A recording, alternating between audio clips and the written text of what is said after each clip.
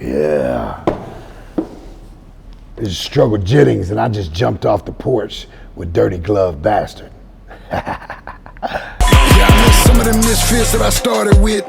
Still in rotation with the ones that circle back and never called it quits. Roar to the elbow. All right, so we got the one and only Struggle Jennings jumping off the porch with us today. Welcome, man. Yeah, man, it's an honor to be here, bro. Nah, it's an honor to have you on the porch too, man. Yeah, man. Yeah, so how you feeling today too, bro? Dude, I feel incredible, man. I'm down here in Atlanta.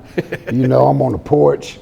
Been a great day, man. You know, it just feels good to not only be able to do this, feed the family, and after everything that I've been through and overcome, and just to still be active, man, you know, and just releasing a new project, really getting to do an old school rap album, you know what I mean? It just was like nostalgic to me. And then come do, you know, all these great interviews and come hang out with you on the porch, man. It's like, you know, I'm feeling good, baby. I'm blessed. Feeling blessed and highly favored. Absolutely, bro. And what else are you doing while you're here in Atlanta? Are you just on a promo run? And I know you've been coming down here for a long time too. Yeah, man. I've got a couple decades of coming down here and you know, recording. I recorded a lot of projects down here in 2008 through 10 before I went to prison. So it's cool to be back in the city. Every time I've been to Atlanta since I've been home from prison, it's just been in and out for a show. So I'm taking a little time down here while I'm down here. I'm gonna eat some nice steakhouses, you know, see some of the nightlife and reconnect with some old friends and yeah, just hang out. Now there you go, man. So you got an incredible story, man. So let's take it back to the beginning. Yeah. Your upbringing in Nashville, man. How would you describe that coming up? So I like to describe it by saying I straddled the tracks, right? So my mother being the daughter of Waylon Jennings, right? Of course, country icon. He lived in Brentwood, big house. First few years of my life was pretty normal. You know, my mom was the daughter of Waylon. My dad was old West Nashville roughneck, hustler. And they divorced when I was 4. So the first, but you know, I bounced back and forth between going to my mom's and then spending weekends with my dad on the west side. And so I kind of always had that duality of, you know, Franklin, Brentwood, and then the west side. And then my father was murdered when I was 10. And my mom got out of a bad relationship. She kind of, you know, stepped up and was like, you know what? I don't want to live off Waylon's money. I want to prove that I can do this on my own.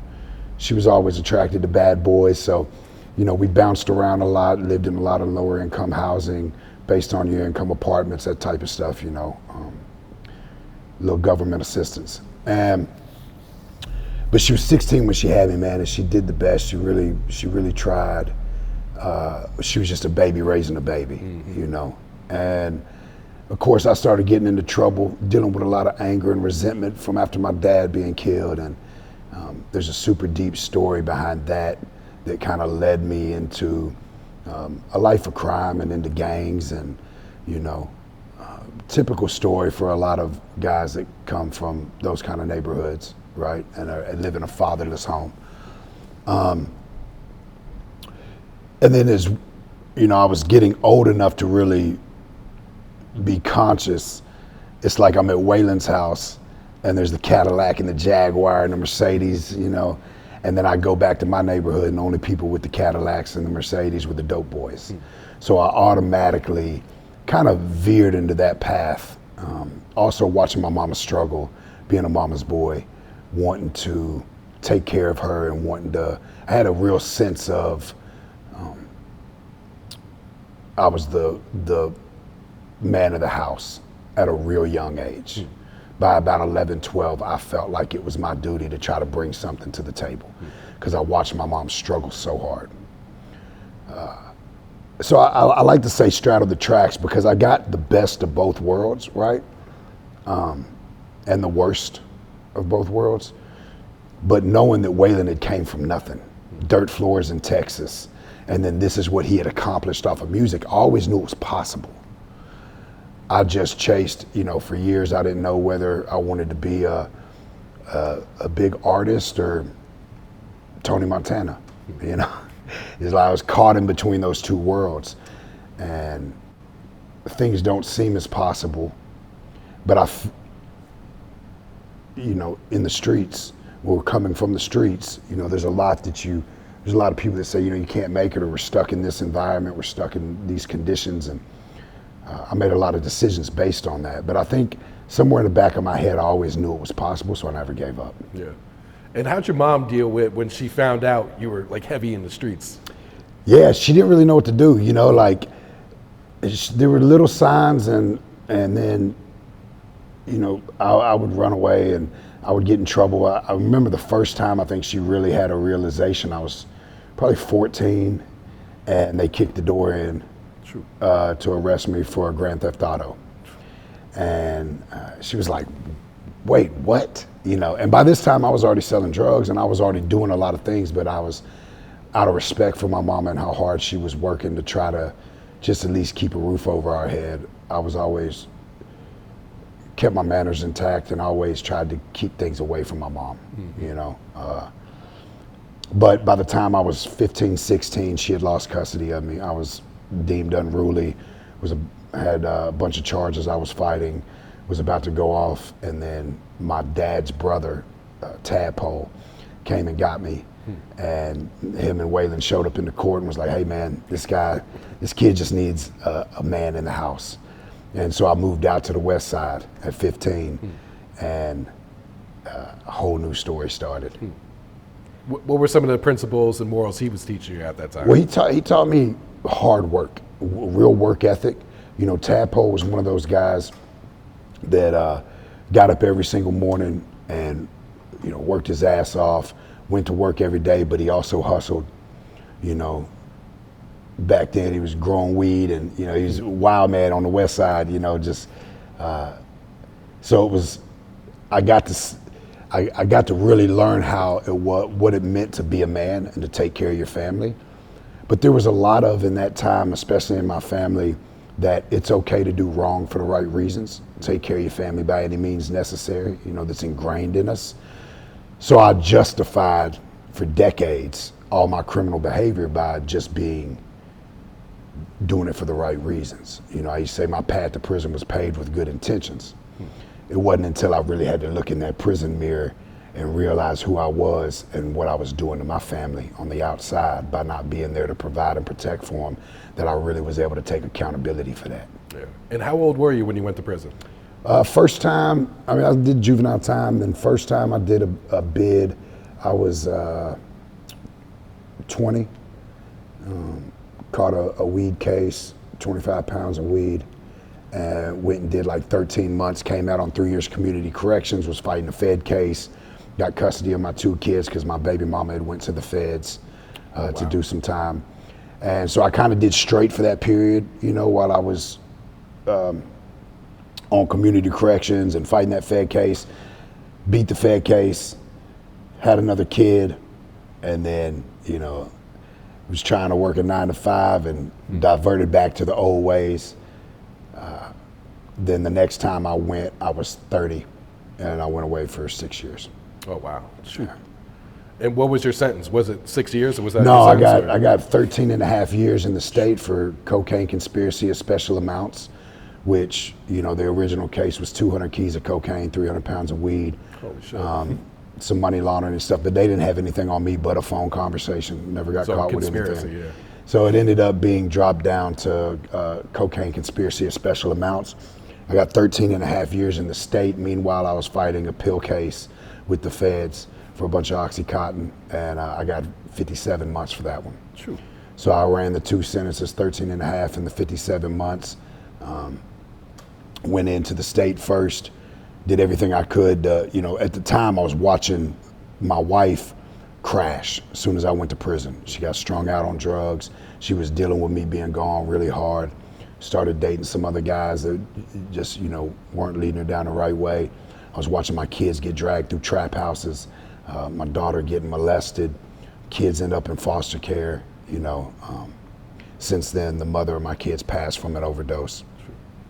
But so I was watching all this crumble while my music career is taking off, from inside there because I had dropped Outlaw Shit, and then I shot a video in county jail, and it hit national news. How'd you pull that off? Well, you know, they were letting like the local blogs, the local newspaper, like the Tennessean and the Nashville Scene, come and interview me.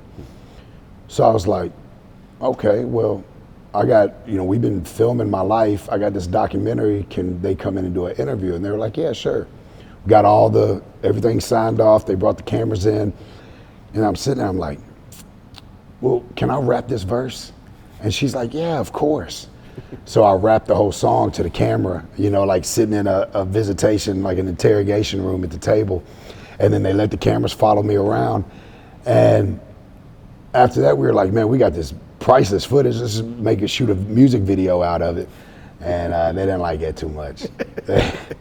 They went to the news, say I duped them, and they were super hard. Which the sheriff, Darren Hall, that was sheriff at the time, he's still sheriff now. We got a great relationship because I see him at a lot. I go back into prisons now, go back into jails, do a lot for the rehabilitation community and stuff. You know, trying to enlighten guys and bring some inspiration. Use my testimony to help them pull up out of their dark times. And so we got a good relationship now, but boy, they were 38 hot. They was mad at me. It hit national news. Luckily, I had just got to the pen. So when I get there and it hits the news, if I'd have still been in that county jail, it would have been hell for you. Man, they'd have made it rough on me. They'd have made it rough. But I was already in the pen by then, and everybody thought it was funny. So. And how far into your sentence do you make this, decision? Like, all right, I gotta turn my life around now when I get out there. Yeah, it was pretty. So when I got in there, the first couple months you're in county jail, and I had a reputation in the city, as a gang member and a big dope boy, and so you kind of lean into that. It's natural survival. You kind of still playing that role while you're in there. But as soon as I got to the penitentiary and I saw there was two different groups of people, and there's a lot of groups, but there's two that stood out the most. There was the guys that were still over there smoking and they're gambling and eating honey buns and watching TV all day and just sitting in the unit shooting shit.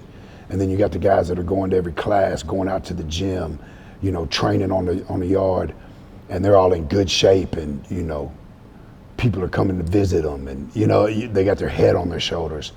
I was like, that's where I want to be. So I immediately gravitated towards the people that were changing their life and doing better. And still, being part of a gang and stuff, there was still some politics, and I still had to maneuver a certain way. And but there was a lot of little moments that led to the bigger picture.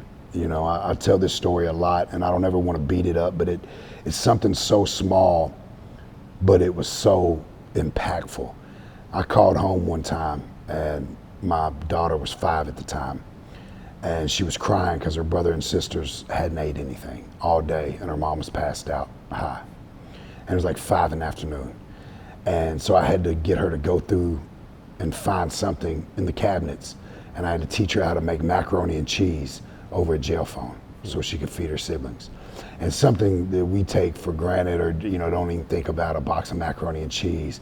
But for that 5-year-old girl in full panic mode, learning how to make macaroni and cheese from her dad on a jail phone because her brother and sister are starving, it was one of those moments, man, where I was like, man, this can't be how the story ends, man. They don't deserve this. Being a dope boy for so long, you think that your crimes are victimless, right? I thought that I was doing all that for them. So I'm like, okay, I did all this bad stuff for them to feed the fam. Let me try to do something really for them. I claim I die for them, but can I live for them? And I hit the ground running. I stripped down every layer. I lost 150 pounds. I went in there and got rid of all those irrational beliefs that we were embedded with as young and in the streets and thugging, and I had to relearn, and reteach myself new values, new ways of thinking to challenge my old ways. Otherwise, I'd have just kept ending up in and out of there. Mm-hmm. And thank God that I did, because now my kids are going off to college, man. They're doing great. They're all straight A students. And that might not have been the reality if I wouldn't have made that decision. Because when I came home, they were in foster care. Sure. Then they lost their mother to a drug overdose. If daddy wouldn't have came home and got his shit together, who knows where they would have ended up or what their life would have looked like. Was it easy for you to get custody of them when you came home, Oh, considering no. they were in foster care? No, I mean, I had to do the right thing. I had to really stay accountable. I had to check myself. I had to remove myself from certain friendships, you know, so it wasn't easy in the sense of all the things that I had to do to be the person that I needed to be. But as soon as I got out, I told DCS, I was like, look, be hard on me. Like, we can't be enemies because we have the same goal. And that's for the kids to be in the safest, healthiest environment possible. And if it ain't me, don't let me get them. But I'm gonna work my ass off to prove it. About 10 months after I got the ankle bracelet cut off and was out of federal halfway house, they were living back at home with daddy. Oh, really? Okay. Yeah. And how'd that make you feel? I'm sure that was man. like probably the happiest day of your life. Man, probably. it's so beautiful, man. You know, and it just gets better. Even now, you know, one of my daughters is pregnant, having my first grandkid. Congrats, man. Yeah, about to be paw struggle, you know what I mean? So it just, I mean, they constantly make me proud, and it just gets better and better. You know, I've got a daughter that's, you know, my daughter that is pregnant right now. You know, she had it rough. That's the one I taught how to make macaroni and cheese. She was molested in drug houses, lost her mom to an overdose, was bounced around in foster homes. She graduated with 3.9 GPA honors, went to college. Now she's engaged to a professional boxer and about to have a kid. My other daughter, 17, about to be 18, graduating with a 4.0 GPA, about to go to the Harvard of the South, Wofford. You know what I mean? And that girl went through the same thing, through the trap houses, through the foster homes. My 26-year-old daughter, Brianna, she's about to put out her 6th album. She's amazing. You know, she was 11 when I went to prison. Her mom was a stripper, dad was a dope boy. We both did time. She was damn near on her own by the time she was 13. So, you know, watching all these kids go through this and keep that resilience and never give up on me, you know, it gave me that purpose and that motivation to get up every day and say, man, I don't care what y'all got going on. I got these babies I got to get it right for and I got to take care of. And now to watch them be amazing human beings. You know, and I got sons and other daughters too that are all doing great. 'Cause I got 7 of them total. So I got 5, my wife's got 2. My 2 stepkids, they lost their dad to a drug overdose. My 3 youngest lost their mother to a drug overdose. And my 2 oldest, their mom's like 2 years sober now, kicking ass. So proud of her. Yeah. And when you came home, did you have like a solid support system around you that was pushing you to do better, to not go back into your old ways and everything? I had a handful, you know, like one thing I love to give props for is Yelawolf and Jelly Roll, because they were both, you know, 2 of my best friends, and they had been working their asses off and gaining success while I was in there. So having that support from them when I came out to be like, hey y'all, you know, on their loud microphone, Struggle's home, he's back. That was incredible. And then I had my little brother that opened his doors to me, you know, because when I left the federal halfway house, I had nowhere to go. My mom was, again, a single mother with another kid, and she was living out in Arizona by my grandma, so I didn't really have much family here in town that were able or even doing right, but my little brother opened his doors for me, and I slept in my brother's basement with an ankle bracelet, and, you know, now a couple of years ago, I bought my family the biggest house we've ever stepped foot in. So, Congrats on that, man. yeah, man. I just celebrated 10 years being home. 10 years, really? Yeah, January 6th was 10 years being home. And I'm sure 10 years ago, you probably envisioned this, but not to this extent. Probably. No, like I knew I was gonna get out and shake things. I knew I was gonna give it everything I had, but you know, we're celebrating, this month we're celebrating 6 gold records and 3 platinum records, 1 double platinum, is what it's looking like. We're getting all the plaques in the mail, but There you go. so, you know, starting to get some of those accolades and stuff, man, of all the hard work, and it's, you know, I didn't ever know if I'd be there. I I knew that I was gonna give music everything I had, but bro, I just did 2 movies last year. I had one in theaters in March called Day of Reckoning, and then I got another one that comes out in theaters this year called High Stakes Holiday. So both Warner Brother Pictures. So I got my 2 first acting gigs last year. You know, did a tour with Jelly Roll, toured with Brandon Gilbert. Still being able to do this, drop music, all the kids are doing good. Yeah, I'm blessed, man. How did you and Jelly Roll first link up? Were you guys like in the school together? Did y'all meet on some music? Nah, yeah. It was I was out selling CDs on the street in Nashville, promoting a little show that I had at this little club, and he was hosting a freestyle battle and selling CDs out front of BB King's. And we literally met. A friend of ours introduced us, mutual friend, a guy I'd been locked up with, introduced me and Jelly, and we just clicked, became best friends, and 25 years of a crazy friendship. And what's it been like watching his career skyrocket these past? It's been amazing, man. You know, I can't say it enough, just how proud I am of him. You know, that kid slept on my couch for years. I watched him sacrifice it all for the dream, and to watch it come true with when a lot of people never thought it would. I always knew he had it, and I always pushed him to never give up. But, you know, he was just a big old white kid from the hood with a dirty white t-shirt on, you know, and now, I mean, he's one of the biggest things on the planet, so beyond proud of him.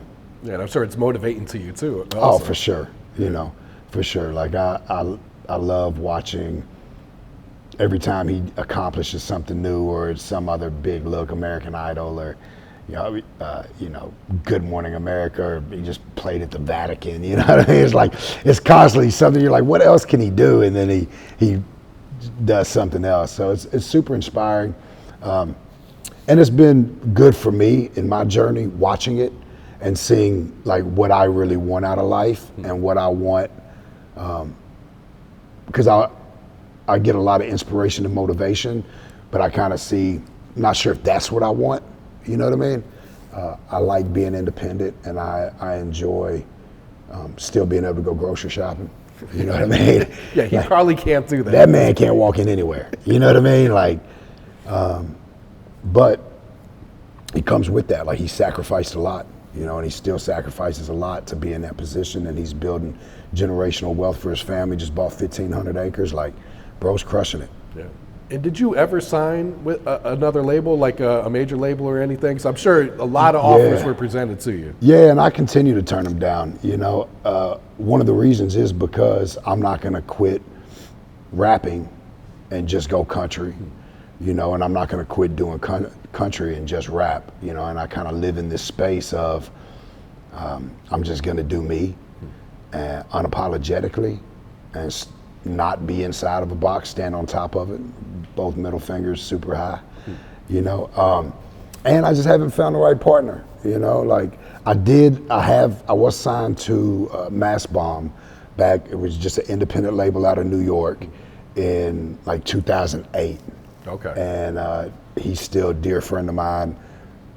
He had to shut the label down at one point, and then, you know, but he still works with me. He shoots a lot of my content, and, you know, he's the one that's been filming I got a documentary that we've been filming since '07 of my life, me in the trap still, me trying to get out and chase the music, Jelly Roll sleeping on my couch, Yelawolf before he signed with Shady, you know, down here in Atlanta moving around. Like, we've got all that documented, then me going to prison, then the same camera picked me up from prison. Oh, wow. And has documented the whole journey from coming home to nothing and building up to the empire that I have today. So I feel like with a documentary, it's like you never want to say, all right, it's done, because your life is still living. You can't, and for so long we were trying to figure out what that cap was, right? Where can we just stop this, even just for a minute? Where can we pause this story? And then we got it last year, on June 6th last year. It was I got my Grand Ole Opry debut. There you go. And it landed on the same day as my last day of parole. So I walked out on the stage at the Grand Ole Opry, a free man. And it was kind of like a wink from God saying, this is the end of one chapter and the beginning of another. Don't fuck it up, sir. You know what I mean? Like, So it was a beautiful moment. And I think that's where we're going to cap it at, for now, and just kind of show that the whole grind and, overcoming all that and turning all those obstacles into opportunities and just the journey up into that point, Then we'll see what I do next. So you were on parole for 9 years? Yeah, because I got a 13-year sentence and I did 5 of it in prison. So 8.5 years I was on, not 9.5 years, yeah. I was on. So you literally couldn't fuck up. No, I mean, a lot of people still do, Yeah. And when you're moving in purpose, man, and when you have something that you really love, like your children, like your fans, like your music, like your family, you just got to put that in the front of your sight and not let go. And then going back into the prisons and talking, every time I walk in one of them prisons and I smell that smell and I see them clothes and I talk to them guys, I'm reminded. And that really keeps me straight. And hearing from all the fans over the last 10 years that my music has changed their life, got them through addiction, got them through a divorce, got them through whatever tragedy they were going through in their life at that time, that my music was something they latched onto to give them the strength. Then you get this sense of responsibility, like, bro, I can't mess up, right? Because I got these people that think they can do it because I did it. Mm-hmm. And I don't want to prove them wrong, and then they'll be like, he couldn't do it. See, baby, go get that, and go get us a bag. You know what I mean? Like, so, it's been a journey, and you got to fall in love with the journey.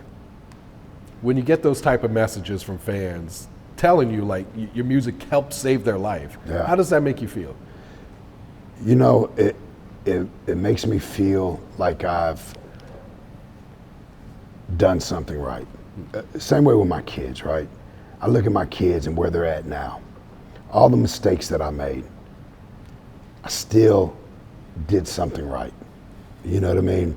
And with those fans, it's the same way. And it's like all the homies that I lost, all the years in prison, all the time I lost, what my kids went through, I'm doing something great and helping other people. All that wasn't in vain. Like my kids didn't just go through this horrible time period in their life where they felt abandoned and they were abused and they were without their dad and then they lost their mom. They didn't have to go through that without something great coming from it that makes it make sense, or gives it some kind of silver lining to their pain. Like, yeah, we went through that. Look at all these people that dad's music changes.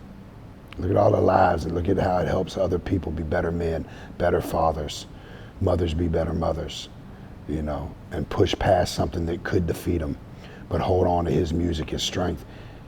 That alone, I mean, you can't put a monetary value on that.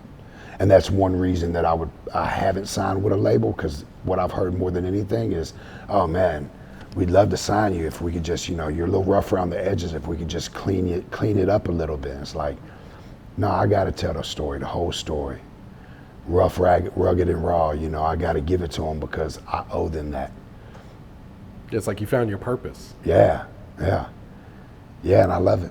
You can't, like true success is finding a purpose and making ends meet, doing what you love to do. Like what? It's got to be no better feeling than that. Yeah, man. The music business is tough. You might have a hit one year and just crush, make a bunch of money. You might go a year or two without having a big hit and you're barely getting by. But it's those purposes and those moments and those messages from those fans that make all the sacrifice worth it. Mm-hmm. Because it's like, okay, I may not be, I could drive a Lambo, but I may not be just balling out of control like some of these other artists. I'm also raising 7 kids and take care of a lot of people, but I'm giving something, and what I receive is from the heart and in the soul, way more than just in the pocket. At any point, did you ever feel like giving up on music, even if it was way back when you were passing out CDs? So many times, man. Especially, I was like the first one to mix country and rap. So when I started doing that, and everybody was like, bro, that's career suicide. You need a club song. You need this, you need that. And I just wanted to sing ballads. I just wanted to tell the pain and the story and the truth. And And a lot of doors shut in my face. And, you know, then I'd get engulfed in the streets and I'd feel like I was gonna go to prison or get killed any moment. And there was a lot of times where I felt like, man, I mean, the cops were hot on me because my music is popping a little bit, right? So then everybody in the city wants to say they're getting their work from me, even if they're not, right? Because my name's buzzing. Oh, you know, I get my stuff from Struggle. You know, it's like, so I was getting run hot just by being an artist and a dope boy at the same time. You know, it wasn't really being too low key, but so there's many a times where I almost picked one or the other and ran with it, but I had one foot in the street, one foot in the studio, and I wanted to give up. And then of course, when I went to prison, I'm looking like, man, I got a record taken off, but I'm gonna be gone 5-6 years, like out of sight, out of mind.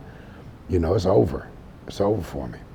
But the fans didn't let it be over. They wrote that whole prison sentence out with me. They were waiting on me, screaming when I got out the other side of that box. Did you get a lot of fan mail during that prison sentence? If you ever bump into somebody that did time with me, you ask them about the Struggle's fan mail. They would literally sit over there and bet on what states mail would be coming from. And I'd have this big old stack, you know. I had a couple of homies that didn't get much mail. I'd be like, shit, help me crack these open. Let's read them. Yeah, let's read them. So it was a beautiful thing. It's what got me through my prison sentence, and it's what drove me to be better as well. You know, not only all the stuff that my kids are going through, but getting all this mail in prison. You know, I say this little speech on stage a lot of times. You know, my mama felt like she failed because I ended up in jail. But then I had to look at her and go, Mama, I'm getting hundreds of letters a day from people saying that my music changed their life or is getting them through tough times. You want to take blame for something, take blame for that. You know, like your son ain't just a complete failure. You know what I mean? Like, I made a lot of bad decisions in my life, but we're making it right. Outlaw Shit. Yeah. Do you remember creating this song? Like, oh yeah, I cut it here in Atlanta. Okay. It actually just came up. I was doing an interview and I was like, man, that's crazy. I cut that at Patchwork. Okay. I had been playing with the country and rap for a while, but I was here in Atlanta doing a record with Drummer Boy. Did a handful of songs with Drummer. I was recording it Patchwork, and then I went on to Tree Sound to record. But, you know, I was really living that life, really moving keys and running from the police and fighting the case. And so that's kind of what most of my music was about the trap. And I was kind of doing, you know, Rick Ross, Jeezy type mid-2000s rap. But I would mix these country songs, and like I recorded Outlaw Shit in 2008, didn't release it till 2010. Oh, really? Because everybody was like, bro, that's career suicide. You can't do that. You're like, you can't mix country and rap, bro. Like, ain't nobody gonna take that serious. And so I had that song, released the song, then released the video the day the feds picked me up. Really? And then had to sit in prison and watch the numbers go up, up, up, up, up. And killing you probably. Yeah, we just got confirmation that it's double platinum. So, congrats on that, man. Yeah. And how did Wolf end up on the song? Was he there when you recorded it initially? Yeah, we just became good friends. Jelly was doing a year in county jail for a charge that he had got caught, and I was in Atlanta just trying to make it make sense, you know, and figure it out. And met up with Yelawolf because they were doing a movie about my life. They wanted to do a movie about my life. And they were looking for somebody to play me in the movie. And so they introduced me to Yelawolf, and me and him just clicked. And so we became good friends. He was down here working, I was down here working. And he actually came into the studio that night. He had just got done with another session that he was doing and was just coming to hang out. And I put the beat on. He was like, oh, bro, that's the one. Because, you know, he always had that sense, and he was already playing around with mixing Southern rock and country elements into his rap, you know. So when he heard that record, he was like, man, let me get on that one. You know, and I was like, all right, cool. We cut that at Patchwork, 2008.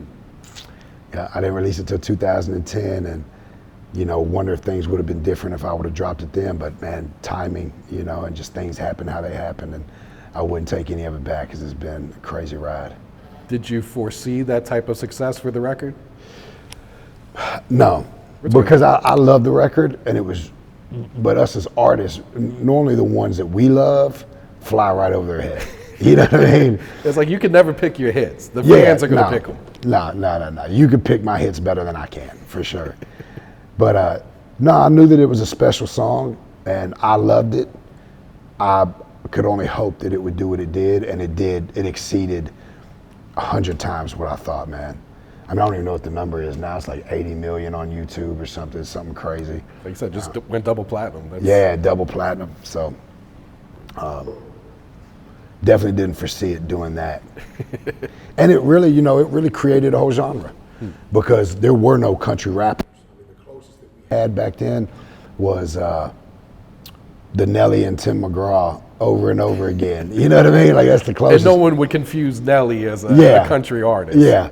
So that was like the closest that we had. But then by the time I was releasing it, here comes all these country rappers. And then when I come home from prison, it's a whole genre, which, they've always gave me my flowers and said I was one of the forefathers of that. So.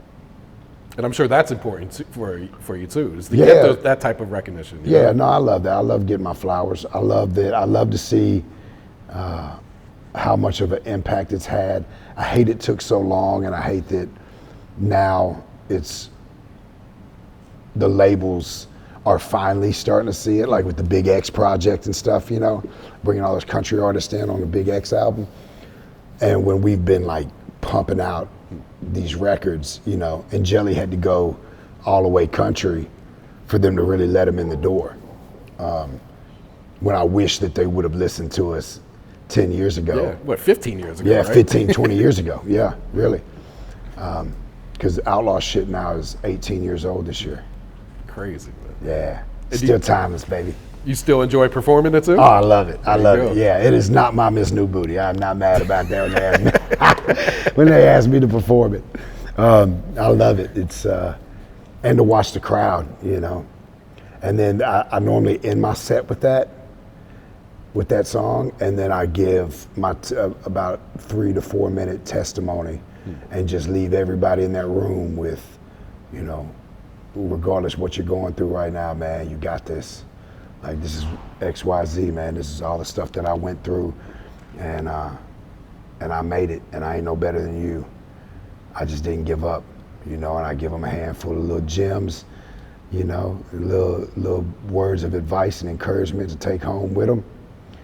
And then we get off the stage. So I still end my show with it, and I love that. It's a special moment in my show for sure. Now, a lot of artists don't end a show with a sermon, basically. Yeah, you know what I'm saying? Why'd you decide to do that? Well, because my whole show is like a roller coaster of emotions. I come in hot, I take them up, I explain who I am. We go through the different phases of my life, and I talk in between each song to kind of just the connection, man. My shows, they're crying, they're laughing, they're screaming, and I'll watch the people. I can see sometimes light bulbs clicking in men's heads, going, man, I'm gonna get up tomorrow and I'm gonna do better, be a better father. So I've tried to make my show super personable to where you're not just going to a concert. It is church. It's church for the ones that ain't gonna make it on Sunday. You know what I mean? And I like to leave them with a good sentiment, not just get them hype and then send them out the door drunk. Like at least give them some inspiration to get an Uber. There you go. And you just announced a new tour in March, right? Yeah, we're gonna do the Last Name tour. I got a country album dropping on March 13th. Okay. And a little something surprise coming with it, but and we're gonna be doing the songs off this new album that I just released, Young Struggle, and then some of the country stuff. So it'll be an incredible blend. I brought my DJ back, DJ Scatterbrains, because the last year or so I've been out there with just a full band. Oh, really? Yeah, steel guitar, fiddle player, drummer, guitars. So this time I'm going out just my drummer, a guitar player, and the DJ, and we're actually jumping in a van again. Like, I could have took a tour bus, but it's like I want that feeling again of beating the road up. I want to be back out there touching every fan, and so we're taking it back old school this time, and I'm super excited about it. It's gonna be a lot of fun right there. Yeah, it's gonna be wild. So Young Struggle, the EP. Yep. Break this down. How did this one come about, man?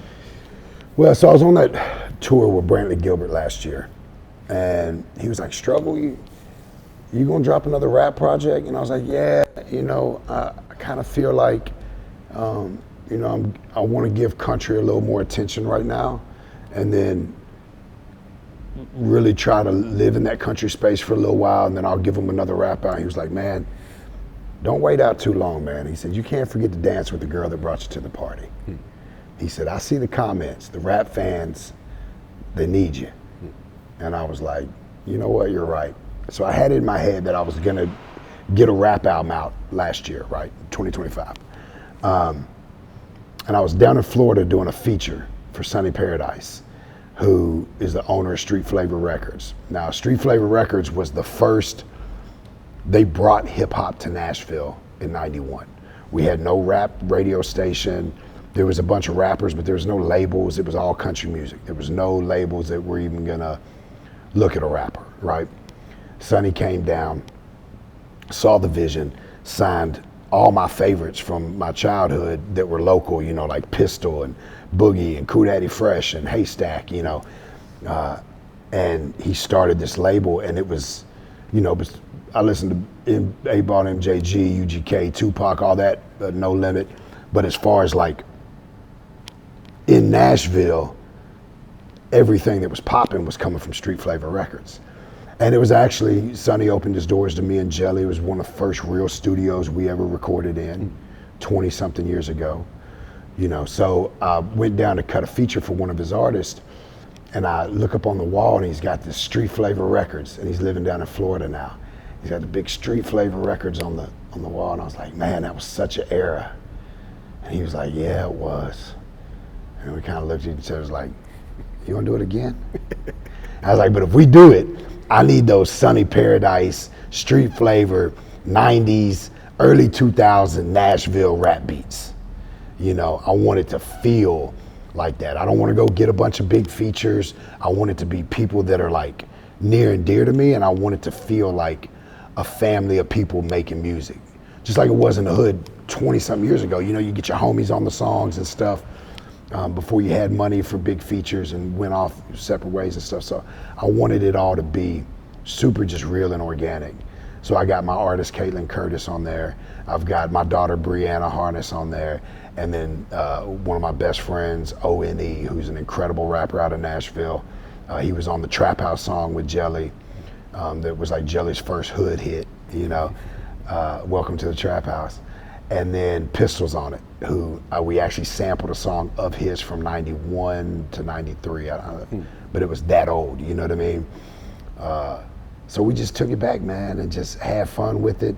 We didn't try to go crazy. It was like, let's just go in and create something that just feels like that era. And Sunny Paradise and his son, Cole, they nailed it on the production side. Brought my guy Zach Gardner in, who's he co-produces a lot of things with me, plays like 100 instruments, incredible guy.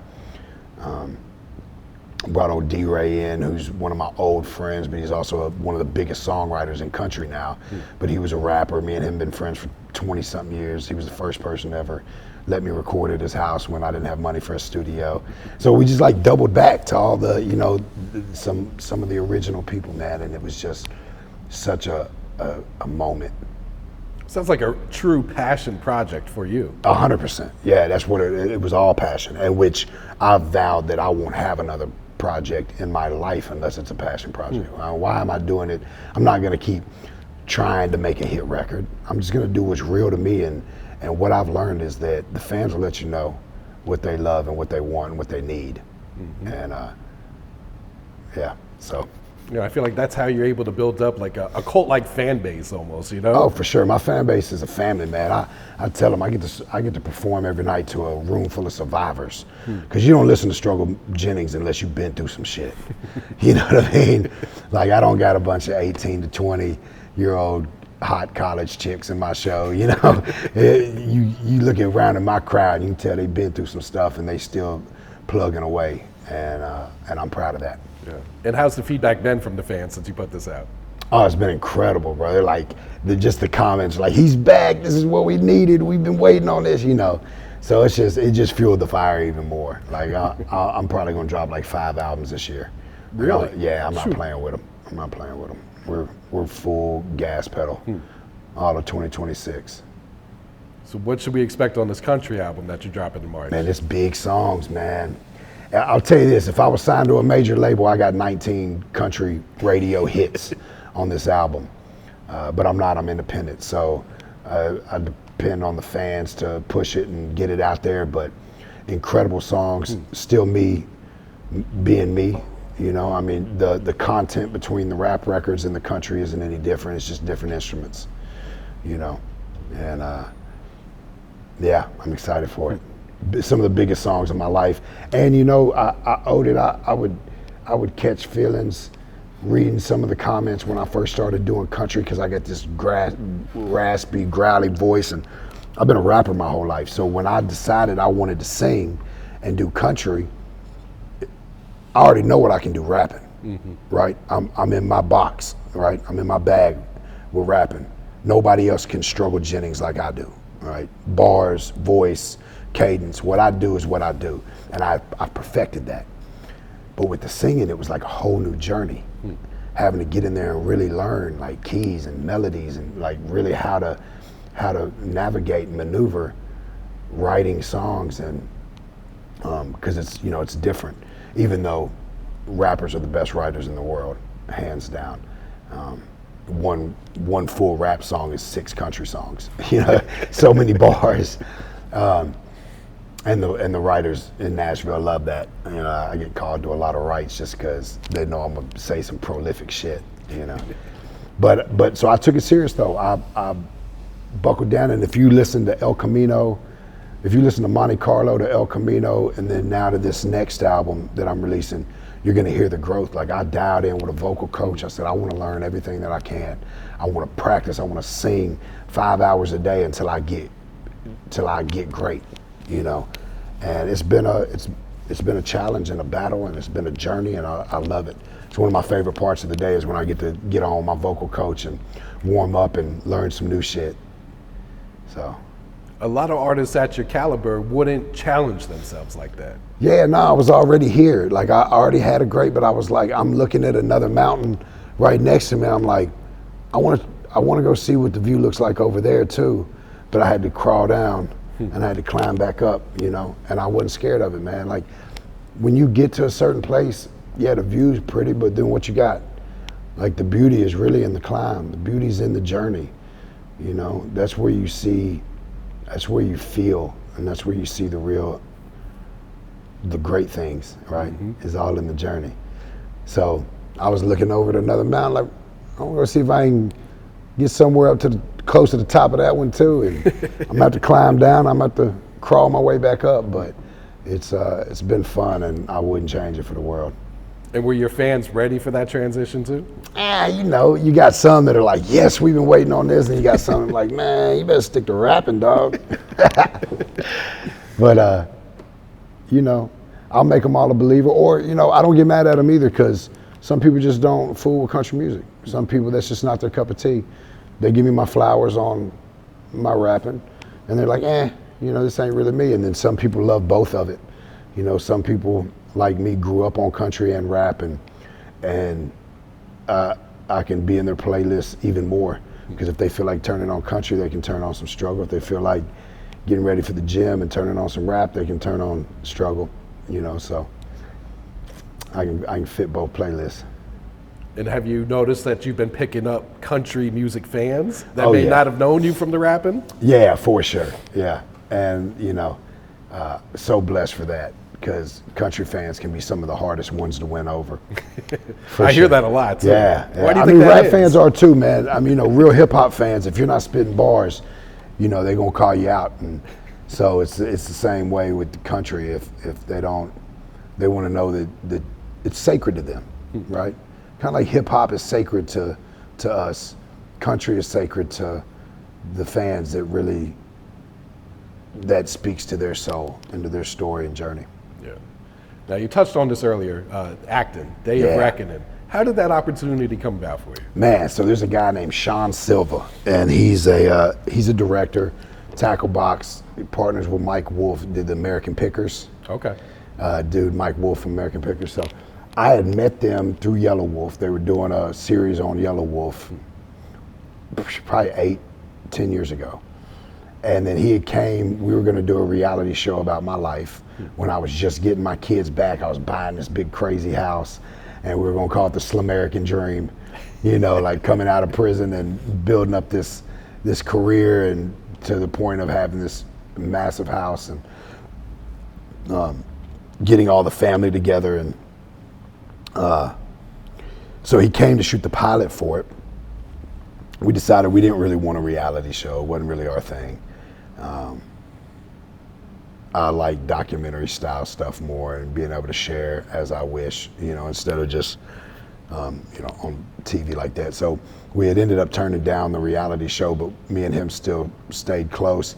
Hadn't heard from him like a year, and then he hits me up like, hey man, I just got this call from this huge producer, Warner Brothers, ESX Productions. They want me to direct this movie, man, and I got a part that I think you're perfect for. And I was like, all right, like it's always been a dream of mine. It's like, that was in my like 5-year goal that I wanted to dive into some acting. And so it ended up being the movies with Billy Zane, who's an incredible actor. I mean, from the Titanic to, I mean, he's been in everything. And then Trace Atkins, who's one of my favorites. And then me, Yelawolf, Bones Owens, Zilla, Edward Crowe. So it ended up being like a bunch of the homies, and we just got to pretty much do what we used to do, you know, shoot some shit up and ride in on motorcycles. And I got to get in a shootout with a big Desert Eagle, and they're like, you look so comfortable with that. I was like, yeah. You don't want to know. We ain't gonna talk about that. And what character do you play? Like, what's your role in it? So I play a guy, my actual name in the movie is Struggle. Okay. I only got one line in that movie, but I'm the muscle for Trace Atkins. I'm one of his goons, me and Yelawolf and a couple other of my buddies. Okay. Yeah, so we're like going to got a bounty on this guy's head. And this is out now, right? Oh yeah, it's out. Okay. It was just #1 on HBO. Oh, sweet. Yeah, HBO Max, it hit #1. It went to the theaters in last March. Did pretty good. It was in like 300 theaters. Oh, wow. I rented out a couple theaters, took all my homies For real? and There stuff. you go. Yeah, made a big deal out of it. And then it hit streaming, and then when it went to HBO, it hit #1 on HBO. Congrats, man. Yeah, it's cool.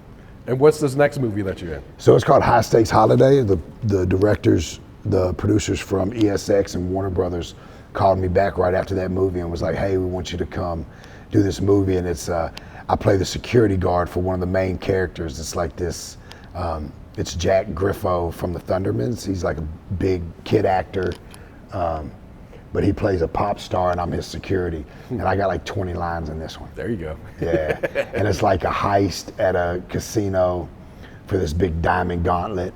It's pretty cool. It's like Spy Kids meets Ocean's 11, you know, a little bit of comedy, a little bit of action. It's cool. You enjoying this? Dude, I'm loving it, man. Like, I'm telling you, I would, if I didn't have such a passion for music, I'd just be doing film. Like, I love it. Getting to dive into those characters and those roles. It's kind of like writing songs, you know, like if I'm writing for another artist and I sit down with them and I find out how they feel in their heart and in their soul and how they felt their emotions in the moment of whatever we're writing about, and then I get to write that out and describe it poetically. It's kind of the same thing with acting, because then I get to dive into this character and become that, you know, be myself, but become that character. And how would that character feel in this situation? And yeah, I love it, man. And I'm a big movie guy anyway. Like, there you go. I grew up loving all the old movies, so. You open to any roles, or is there certain roles you wouldn't do, or? No, I'm open to just about anything. Yeah, for sure. Yeah, you know, there's a few things I'm not gonna do, but I'm not gonna kiss no dude on camera or nothing. Gotta stay true to yourself. Yeah, man, I'm not gonna kiss no dude or be no rat. But besides that, I play just about any role, man. I enjoy it too. Like, and I've been training for it as far as like getting in the best shape of my life, You know, just touching up on some other skills to make me more diverse. If they call me to do John Wick 4 right now, I'm ready. Yeah. What else you working on, Struggle? What else should the fans be excited to hear about, 2026? You said 5 albums, right? Yeah, I'm gonna try to drop 5 albums this year. I got Young Struggle just dropped. I'm dropping the album Last Name March 13th. There's a little surprise coming with that. I'll be back to tell you about that when I announce it. And then I've got an old school outlaw country album, just some songs that I wrote, old prison songs, old painful street songs to old school country. A lot of great old players. Brought some of the big dogs out in producing it and writing the songs with. And then me and my daughter just finished up Sunny Days 2. Okay. So we dropped Sunny Days 1. It hit #1 on Blues. It was me and my daughter's first collab and kind of an introduction to her. Now 8 years later, we're dropping a second one. Yeah, and then, another rap album in the fall probably. Okay. So, and then my uncle Shooter Jennings produced a record on me. He's up for like 5 or 6 Grammys this year. He did all the Charlie Crockett, Turnpike Troubadours, Jake Owen this year. He produced some really big records.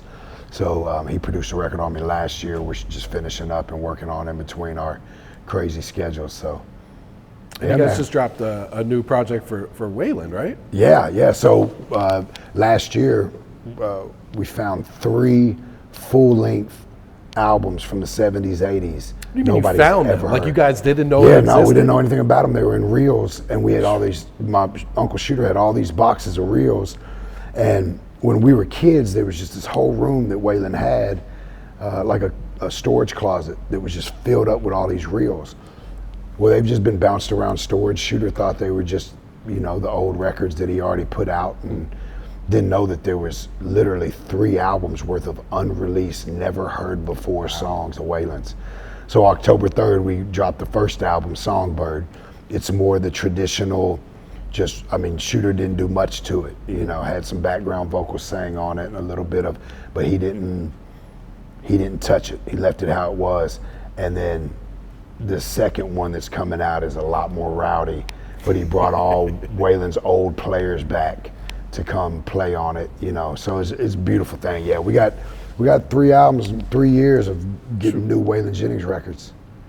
That's unbelievable. It was just sitting there. Just sitting there, bro. Had a fight with the label because they're like, oh no, he was signed during that time. We're like, oh, you got a copy of this? Nah. Yeah, prove it. Yeah, prove it. Like, you ain't got a copy. You don't even know about this, dog. But it's all good. They're figuring it out. But yeah, some new Waylon records, which I feel like the world needed right now. That's major right there, man. Yeah. All right, Struggle, any shout outs you'd like to give before we get you out of here, man? Man, I want to thank you, man, for having me on here. Shout out to Street Flavor Records, Concrete Capo, everybody that was a part of this last project, man, and everybody that's been rocking with me. Y'all just stay tuned, man. I got a lot of stuff coming, for sure. Some of them misfits that I started with, still in rotation with the ones that circle back and never called it quits. Lord to the elbow,